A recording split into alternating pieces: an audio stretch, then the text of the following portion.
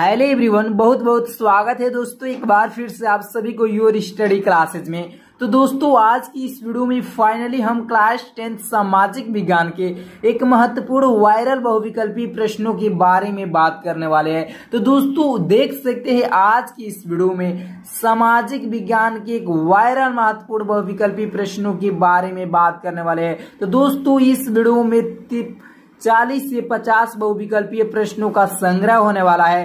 तो एकदम ऐसा ही आएगा आपके बोर्ड पेपर में जैसा कि आज की इस वीडियो में 40 से 50 बहुविकल्पीय प्रश्नों को बताने वाला हूं। ठीक है, तो इसके लिए आपको सिर्फ वीडियो को शुरू से लेकर अंत तक देखना है। अगर वीडियो अच्छी लगेगी तो वीडियो को लाइक कर देना है। अगर चैनल पर पहली बार आएंगे तो प्लीज चैनल को भी सब्सक्राइब कर लेना है।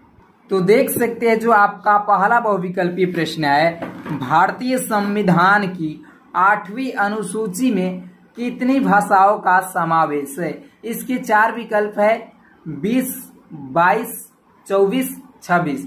तो भारतीय संविधान की 8वीं अनुसूची में 22 भाषाओं का समावेश है। ठीक है, तो अगला प्रश्न आप 2 नंबर पर बात करते हैं। 2 नंबर है कि भारत में पंचायती राज्य की स्थापना कब हुई थी?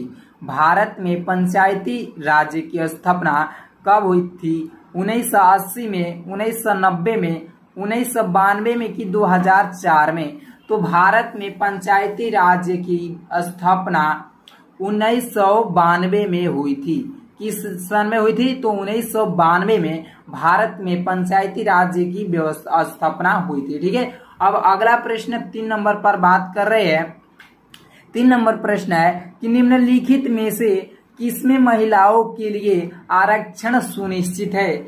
निम्नलिखित ये चारों विकल्प दिए गए हैं, इन्हीं विकल्पों में से आपको बताना है कि महिलाओं के लिए आरक्षण का सुनिश्चित है विधानसभाओं में, लोकसभाओं में, पंचायती राज संस्थाओं में कि राज्यसभा में? तो दोस्तों महिलाओं के लिए आरक्षण सुनिश्चित है, इसका राइट आंसर जो हो जाएगा पंचायती राज संस्थाओं में। इसका 3 नंबर राइट आंसर हो जाएगा। ठीक है, अब अगला प्रश्न 4 नंबर देख सकते हैं कि निम्नलिखित में से कौन सा संघीय राज्य नहीं है? मणिपुर, दिल्ली, अरुणाचल प्रदेश, हिमाचल प्रदेश। तो इसका जो राइट आंसर हो जाएगा वो दिल्ली हो जाएगा। ठीक है, दिल्ली इसका राइट आंसर हो जाएगा। अब अगला प्रश्न है कि संविधान में उल्लिखित 3 सूचियों में से निम्नलिखित में से कौन सा विषय समवर्ती सूची में शामिल नहीं है? शिक्षा, कृषि, पुलिस, रक्षा। तो शिक्षा ये शामिल नहीं है समवर्ती सूची में। ठीक है, अब अगला प्रश्न 6 नंबर बात करते हैं कि प्रांतीय प्रशासन का संचालक कौन करता है? प्रांतीय प्रशासन का संचालक कौन करता है? प्रधानमंत्री करता है कि मुख्यमंत्री करता है कि राज्यपाल करता है कि जिलाधिकारी? यहाँ पर जिलाधिकारी होगा। ठीक है, तो प्रांतीय प्रशासन का संचालक मुख्यमंत्री करता है। इसका राइट आंसर जो होगा 2nd नंबर हो जाएगा मुख्यमंत्री। ठीक है, अब अगला प्रश्न बात करते हैं 7 नंबर की कि ग्रामीण स्तर पर संचालित प्रशासन को क्या कहते हैं? ग्रामीण स्तर पर संचालित प्रशासन को क्या कहते हैं? स्थानीय प्रशासन, पंचायत, ग्राम सभा, ग्रामोदय।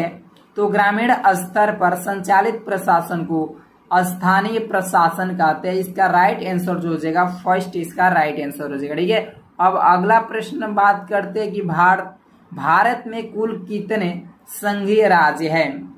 यहाँ पर केवल राज्य की नहीं बात हो रही है, संघीय राज्य की बात हो रही है। तो इसका जो राइट आंसर हो जाएगा क्या हो जाएगा? 27, 28, 29, 30। तो भारत में कुल 28 संघीय राज्य है। ठीक है, इसका राइट आंसर 2nd नंबर हो जाएगा 28।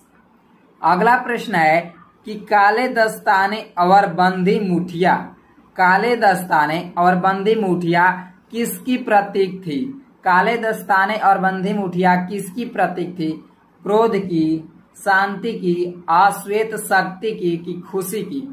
तो काले दस्ताने और बंदी मुठिया अश्वेत शक्ति की प्रतीक थी। ठीक है, इसका राइट आंसर 3rd नंबर हो जाएगा अश्वेत शक्ति की प्रतीक थी। ठीक है, अब अगला प्रश्न देख सकते हैं कि धर्मनिरपेक्ष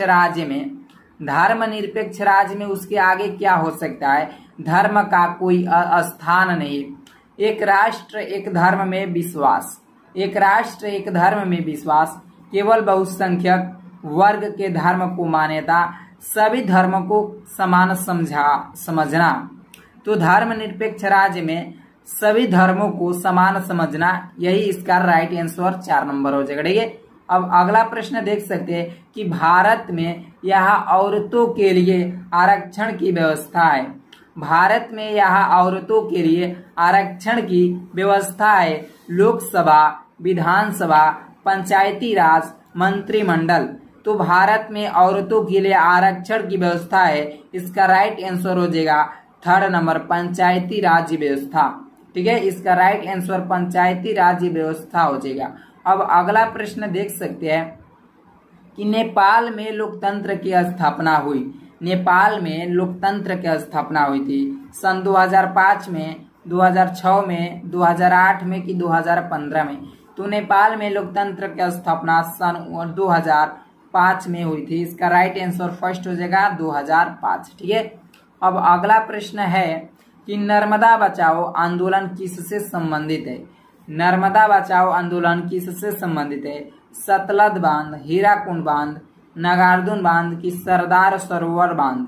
तो नर्मदा बचाओ आंदोलन किससे संबंधित है? तो इसका राइट आंसर सरदार सरोवर बांध हो जाएगा। ठीक है, इसका राइट आंसर 4 नंबर हो जाएगा, सरदार सरोवर बांध। अगला प्रश्न 14 नंबर है कि मानव अधिकार दिवस कब मनाया जाता है?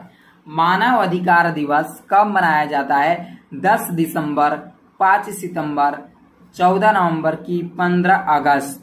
तो मानव अधिकार दिवस 10 दिसंबर को मनाया जाता है। ठीक है, इसका राइट आंसर फर्स्ट नंबर हो जाएगा 10 दिसंबर।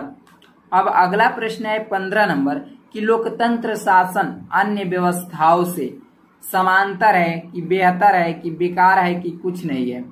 तो लोकतंत्र शासन अन्य व्यवस्थाओं से बेहतर है। इसका राइट आंसर 2nd नंबर हो जाएगा, बेहतर। ठीक है, अब अगला प्रश्न देख सकते हैं कि शिकायतों का बना रहना लोकतंत्र की असफलता का प्रतीक है, सफलता का प्रतीक है, आजादी का प्रतीक है कि खुशी का प्रतीक है? तो शिकायतों का बना रहना लोकतंत्र की सफलता का प्रतीक है। इसका राइट आंसर क्या हो जाएगा? 2nd नंबर हो जाएगा, असफलता। ठीक है, अब अगला प्रश्न देख सकते हैं कि चुनौतियों से लोकतांत्रिक व्यवस्था कमजोर होती है कि मजबूत होती है? मजबूर होती है कि व्यवस्थित होती है? तो चुनौतियों से लोकतांत्रिक व्यवस्था मजबूत होती है। इसका राइट आंसर 2nd नंबर हो जाएगा, मजबूत होती है। अगला प्रश्न है कि निम्न में से किस राज्य की प्रति व्यक्ति आय सबसे अधिक है? हरियाणा की है, बिहार की है कि राजस्थान की है कि मेघालय की है? तो किस राज्य की प्रति व्यक्ति आय अधिक है? तो इसका जो राइट आंसर हो जाएगा 1st नंबर हो जाएगा, हरियाणा। क्या हो जाएगा? हरियाणा की, हरियाणा जो राज्य है इसकी प्रति व्यक्ति आय अधिक है बिहार, राजस्थान, मेघालय, इन तीनों से। ठीक है, अब अगला प्रश्न पर बात करते हैं कि सार्वजनिक और निजी क्षेत्रक आधार पर विभाजित है। सार्वजनिक और निजी क्षेत्रक जो अब विभाजित है वह किसके आधार पर विभाजित है? रोजगार की शर्तों पर कि उद्यमों के स्वामित्व पर, अल्प रोजगार पर कि अति रोजगार पर? तो सार्वजनिक और निजी क्षेत्रक जो है उद्यमों के स्वामित्व पर विभाजित है। इसका राइट नंबर आंसर जो हो जाएगा क्या हो जाएगा? उद्यमों के स्वामित्व पर विभाजित है। ठीक है, अब अगला प्रश्न है, देख सकते हैं कि एक वस्तु का अधिकांशतः प्राकृतिक प्रक्रिया से उत्पादन कहा जाता है। एक वस्तु का अधिकांशतः प्राकृतिक प्रक्रिया से उत्पादन कहा जाता है। प्राथमिक, द्वितीयक, तृतीयक की सूचना प्रौद्योगिकी। तो एक वस्तु का अधिकांशतः प्राकृतिक प्रक्रिया प्राथमिक उत्पादन कहा जाता है। क्या कहा जाता है? प्राथमिक उत्पादन कहा जाता है। अब अगला प्रश्न है कि निम्नलिखित में से जो 4 विकल्प दिए गए उन्हीं की बात हो रही है कि चारों विकल्प में से किस वर्ष महात्मा गांधी राष्ट्रीय ग्रामीण रोजगार गारंटी एक्ट योजना चलाई गई? ठीक है। तो इसका राइट आंसर यहाँ पर देख सकते हैं कि सन 2008 में चलाई गई थी, कि 2010 में, कि 2005 में, कि 2000 में। तो इसका राइट आंसर 2008 में, ठीक है। इसका राइट आंसर फर्स्ट हो जाएगा 2008 में, ठीक है। अगला प्रश्न है कि बहुराष्ट्रीय कंपनियों द्वारा किए गए निवेश को क्या कहते हैं। बहुराष्ट्रीय कंपनियों द्वारा किए गए निवेश को क्या कहते हैं। उत्पादन, वितरण, विदेश निवेश, व्यय, विदेशी निवेश। तो बहुराष्ट्रीय कंपनियों द्वारा किए गए निवेश को विदेशी निवेश कहते हैं। क्या कहते हैं, विदेशी निवेश। इसका राइट आंसर थर्ड नंबर सत्य हो जाएगा, ठीक है, विदेशी निवेश। अब अगला प्रश्न है कि विश्व व्यापार संगठन की स्थापना कब हुई थी। विश्व व्यापार संगठन की स्थापना कब हुई थी।